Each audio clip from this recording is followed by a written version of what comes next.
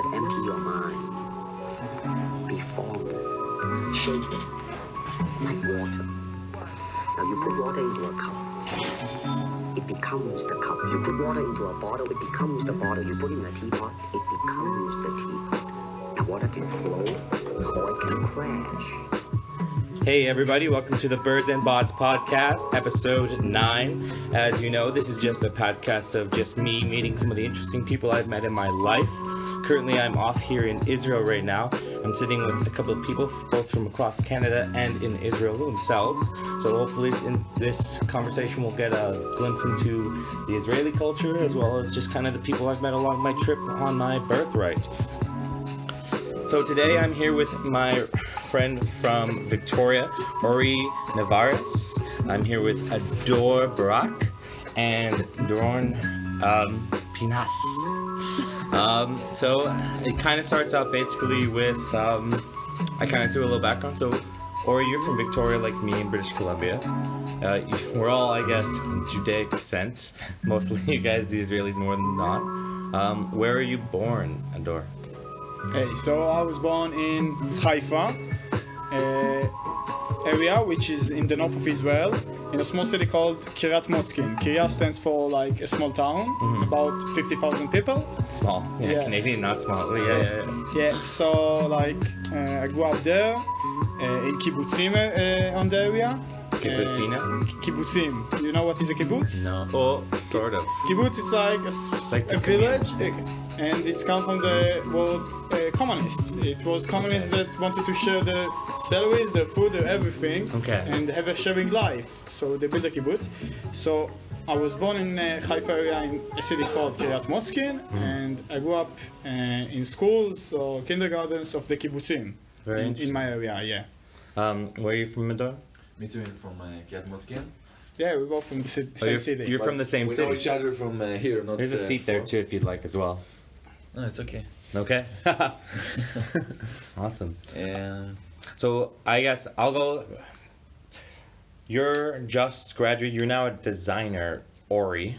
Mm-hmm. So tell me what kind of design you're kind of into right now. Sure. So I'm what's called a service designer. And so what that means is we're applying the design thinking strategy to creating businesses or services. Okay. And so it's a simple process where we research the problem that we're trying to design. So for example, findability at a grocery store. So the findability? Yeah. So the ability for consumers to find the product that they want to buy. That's a common problem that people sometimes face. And so like milk in the far back corner, so you have to buy everything on the way through. Or if you need something niche like a certain type of rice. Okay. How do you work in the store to find that?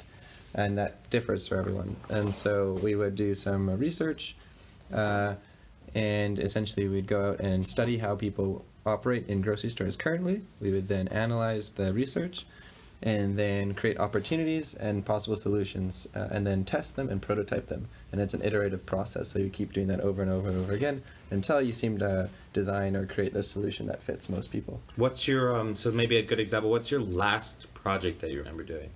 Or most interesting that really sparked your head? There's a few cool ones.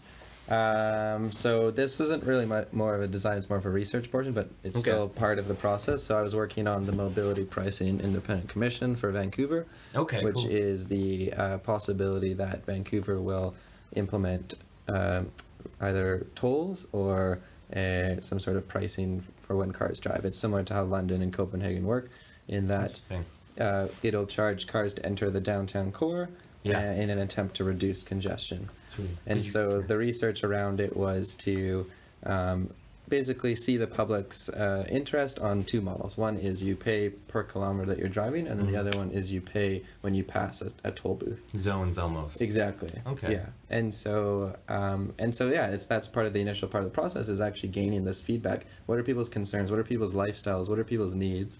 And then you take that and analyze it, and then can present it back, and then design a toll or a charging system that actually fits within the context of wherever you're working. That's so cool. It's really interesting in fact that we just have so many, life in general, we don't always think about why there's light switches, or why there's all these hidden types of jobs that I would never even think about. And it's like specializing in how to use transport and how to be more efficient, and that's really interesting on that whole side. Now, normally, since we only have such a short amount of time, I normally ask, is that where your passion goes for? But since I want to kind of get through all of us, Ador, I know, so we're going to kind of go with jobs right now, first off. Yeah. You're in the army, but I don't want to do too much gospel or anything like that, so I guess a quick would be like, maybe tell the audience that Israel has a draft, tell them what department you're in, and then say what you're going to do after the army is your goal. Yeah, that would be great. Yeah. So... or the forces. I guess I don't know if you're in the army directly. So the first part, I can be more open about it. I got drafted in November 2014 when I was 18. I got drafted to a combat unit, and it's called K9, with the units with the dogs. Yes. I've been there for 2 years, 1 year in a training of a combat soldier. I got injured during my training, and due to that I got into the department. Cool. And from there I just wanted to get more expanded in the, and I decided to go on an officer course. I've did it 2016, and since then I'm an officer. Until now. I'm gonna be released in about 8 months from now. Yeah.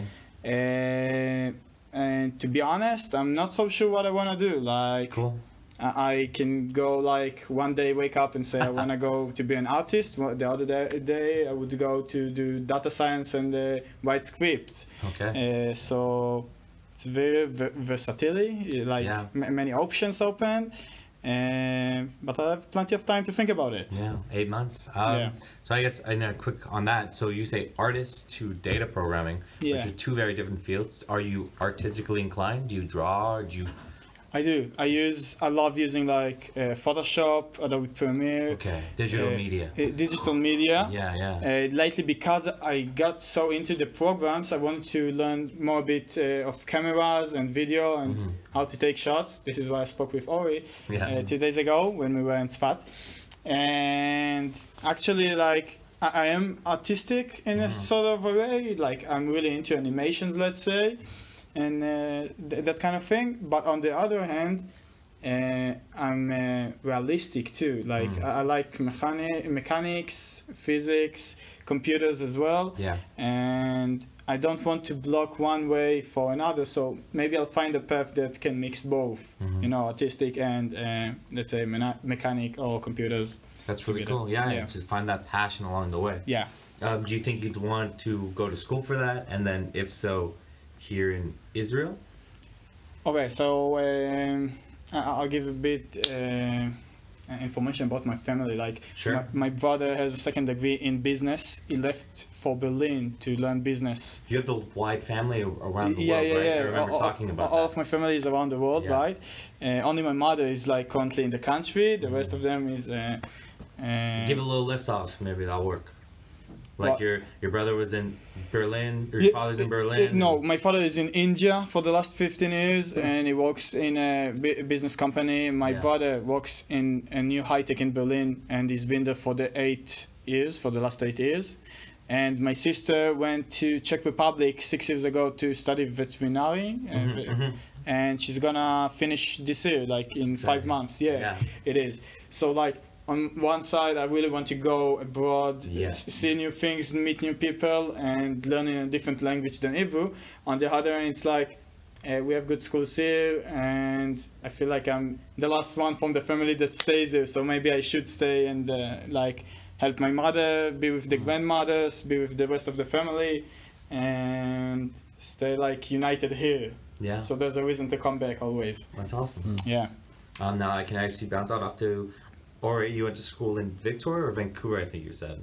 Yeah, I was born and raised in Vancouver, and I did my undergrad there as well at UBC. Okay. Yeah. And so were you planning on doing UBC when you were younger, or just kind of worked out? Yeah. When I was in grade 12, that's when we applied to go to universities. And I applied to a few different universities across Canada. Yeah. And so I got into a few different options. I had the option to go away, but there was the decision to stay in Vancouver because if I were to stay in Vancouver, then my parents are willing to pay for my education. Awesome. Oh yeah, take that up. And then if I were And to, UBC, what a good choice too. Well, and that's what they were saying basically, is like, Yeah. UBC is it's a world-renowned school. It's right in our backyard. We'll help you out with that. If you want to go away, then that's going to cost a lot, and you'll have to kind of figure it out yourself. And so the strategy for me was I chose to stay at UBC, save my money. I did an exchange year, so I saved up a lot of money to have that abroad experience. Yeah. But then also with the long-term plan to go back for a degree in the future, and when I do that, it would be more specialized and abroad. And exactly, and then wherever that best option would be for that school, then I would go there, which might be abroad, it might be in Canada, it could be anywhere. So any names so far kind of popping in your head, or even special degrees for the future? Yeah. I'm sort of torn between 3 different options. So in my line of work, it would be either a master's in behavioral economics, cool, a master's in strategic design and foresight, or foresight and innovation, or an MBA in business design. That's so cool. And so yeah, that's also kind of the bigger picture plan that led to my choice of staying in Vancouver and studying at UBC. Well, we have about 10 minutes to pass. I'm trying to think of like I always enjoy passion, so I'll maybe try and do like 5 minutes. Did you say 30 after? Is that when we're meeting at? 25. 25 after? Yeah. Okay. Yeah, we got like 10 minutes. So let's see how quickly I'll do one quickly myself. So since I was a kid, so I've been trying to mine away at where it's coming from. My passion breaks down into a single like visionary thing is I want to change the world. Now it's mostly, if I break that down, it's to make lives better for people, and that's how that breaks out. And then I moved into history to try and understand the context of that, and then from that I moved into political science because that's where I feel like I can get the most bang for my buck and my passion. So that kind of hierarchical pyramid, where do you guys see your like visions and passions, and how that kind of breaks out into who you are? Big question, I know. 5 minutes it usually breaks into. Can you explain the pyramid again? So I've had an internal thought since I was a kid that I want to change the world, and I've broken that down to try and make lives better for people, and that led to my university where I'm studying history, which has also led to me now studying political science, because I think political science is the best place for me, at least personally, where I can get the most bang for my buck. I've had other people say they want to help children, and that person moved into where they wanted to help people as well, or individuals, for their own life, and that led them to longer down. They're in pediatric or children's psychology, so they're helping like children and all that kind of stuff. So that's kind of their lifeline. So I'm kind of curious if either of your pathways, or do you have anything like that internal passion thought inside of you guys? Do you want to go? I have a few thoughts on that. So go ahead and I'll join later. Okay, so that is a kind of complex web in a lot of things. I'm sorry, it's a longer segment, obviously. But I'll try and sum it up briefly, personally. So in my undergrad, I studied computer science, sustainable development, and business. And so within sustainable development, I was particularly drawn to it because a sustainable solution, in my eyes, is also perfect design.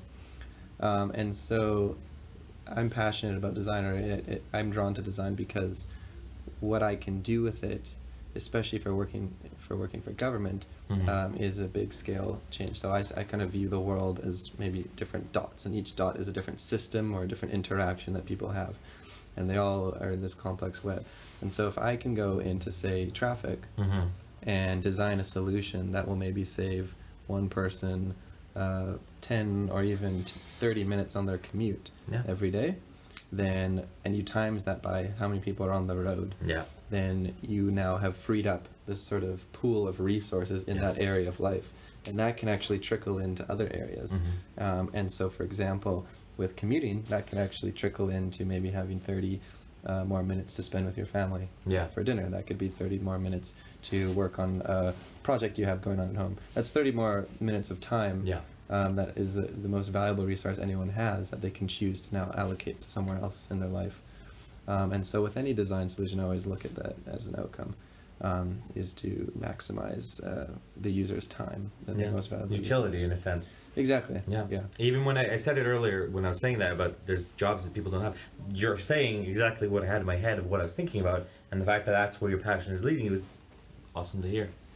Cool. And Ador? Yeah, so I actually don't have any big idea of how making Of course. lives better. But You're young too, you're just 20. Yeah, 22 actually, but that's fine. So in Israel there are many programs that help you like go for half a year and give from yourself to the environment. You can help little children, sick people, old people, Holocaust survivors, you name it, and you have a program for it. Even abroad, if you want to go help people in Africa, in small villages, like get education, for example, learn English. So I do think about such a things. Other kind of programs we have in Israel is like getting people ready for the army, for example, taking group of 18 years old. They delay the draft by 1 year, and they go like for trips, many education trips like this one, for many places, many events, meet many people, discuss openly about everything, and just get your own reasons to get drafted, get your own passions in life, and know what you want to do. So I do want to go on such a program and help, let's call it, kids till the age of 18, 19 even, in any kind of a way. On the other hand, there's something that bothers me, that I have the army in the middle between what I want and what I need right now. And like, I'm gonna be released between the ages of 23 to 24 probably. Yeah. And it's like thinking about the rat race we have, that which race? Do I miss that word? Rat race. The rat race. The rat race. Yeah, that everybody has a first degree, maybe a second degree already at the age of 24. And it's like, I can delay my life too much and push it too much to give to others, because maybe I will lose my path on the way. So that's a really hard decision. It's on my mind always. And I guess like with the time, I said I have 8 months, maybe a bit more, but 8 months for now. And with the time, I'll have to decide, like a degree, a degree going for 1 year or half a year to help people. But we'll see about it. Yeah, it's an open possibility. That's really awesome. Yeah. Now we have 5 minutes left, so I guess in a quick summary, normally the podcast lasts a lot longer, so I guess as people haven't listened to the show or not, is there thoughts on what kind of cool things can be added to a podcast that you'd like to hear on from a person who doesn't have the range of some of the famous podcasters? What kind of things would you like to hear in podcasts like this with random strangers who aren't celebrities or just random strangers? I think I like the focus on passion, and I think seeking out unique passions as well. I think, like, for example, Dor is a really good person to have on the podcast, because it's very different society than a lot of people are used to. Also, your path into the military and what your plans are for the future. I think it's not common in North America, as an example. So it'd be an interesting podcast for a viewer, or listener in this case. Yeah.